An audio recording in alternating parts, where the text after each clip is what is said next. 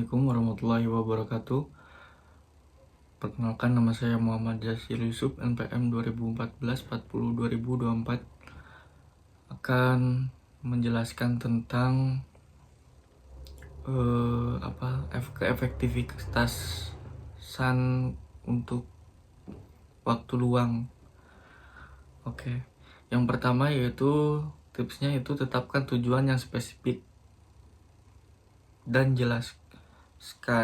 Menetapkan tujuan yang spesifik berarti merumuskan tujuan yang jelas dan terperinci sehingga mudah dipahami dan dicapai. Berikut adalah beberapa elemen yang perlu diperhatikan dalam menetapkan tujuan yang spesifik. Yang pertama yaitu tertulis dengan jelas. Yang kedua yaitu terukur. Yang ketiga realistis. Yang keempat relevan. Dan yang kelima mempunyai batas waktu. Contoh tujuan yang spesifik untuk individu sendiri: menurunkan berat badan, misalkan menurunkan berat badan dari 70 kilo menjadi 60 kilo dalam waktu 3 bulan, seperti itu. Untuk contoh yang tujuan yang spesifik untuk organisasi, untuk kelompok itu, contohnya meningkatkan jumlah pelanggan baru sebesar 15%, contohnya.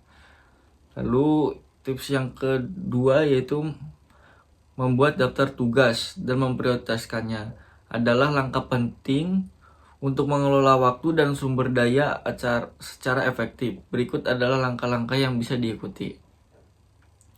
Yang pertama yaitu membuat daftar tugas. Tulis semua tugas yang perlu diselesaikan, baik tugas besar maupun kecil. Nah, lalu yang kedua menentukan prioritas. Tulis semua apa saja tugas yang diprioritaskan.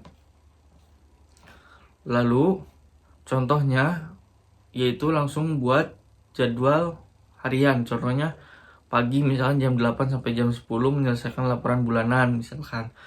Lalu tengah hari jam 10.30 sampai jam 12 menyusun presentasi untuk klien. Itu contoh. Lalu tips yang ketiga yaitu beristirahat secara teratur adalah penting untuk menjaga energi dan fokus selama menjalani kegiatan sehari-hari. Mengapa istirahat itu penting? Yang pertama itu meningkatkan produktivitas. Yang kedua menjaga kesehatan kreativitas. Terus yang keempat meningkatkan kesehatan fisik. Cara beristirahat yang efektif yaitu tepat makan siang, terus tidur yang cukup, seperti itu.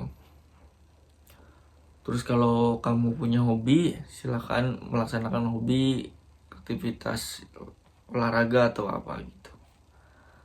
Lalu tips yang ketiga yaitu menggunakan aplikasi untuk mengelola waktu dan tugas dapat sangat membantu dalam meningkatkan produktivitas. Yaitu aplikasi contohnya menggunakan aplikasi alarm, terus untuk mengingatkan di jam-jam tertentu. Lalu aplikasi tracking apps, membuat proyek kategori kerja yang berbeda, bisa digunakan untuk mulai dan berhenti timer untuk melacak berapa waktu yang dihabiskan pada setiap tugas, seperti itu. Nah, manfaatnya sendiri itu menggunakan aplikasi untuk mengelola waktu dan tugas, meningkatkan produktivitas, pengelolaan waktu yang baik, dan kolaborasi tim yang efektif kalau secara berkelompok. Yang keempat itu menghilangkan gangguan seperti notifikasi media sosial atau email yang tidak perlu adalah langkah penting untuk meningkatkan fokus. Mohon maaf, ini yang kelima yaitu cara menghilangkan gangguan notifikasi yang tidak penting seperti kabar main atau ngajak main teman sementara kita ada kerjaan, terus notifikasi yang tidak bermanfaat, seperti itu.